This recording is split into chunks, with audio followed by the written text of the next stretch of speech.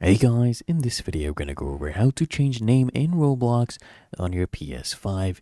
Now, if you come in the top right and you click on those three dots to access your settings, and then you click on settings right here, what you're gonna find is you don't actually get options. You need to do this on a web or on your phone.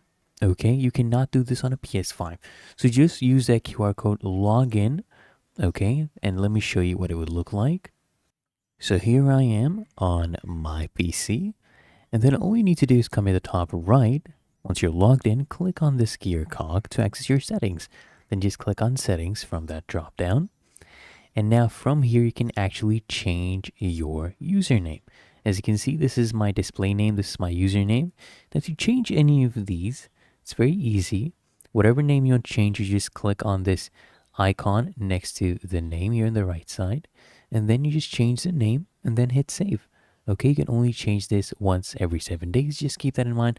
But otherwise, it's really that easy. So if you found this helpful, make sure you smash that like button and subscribe to the channel.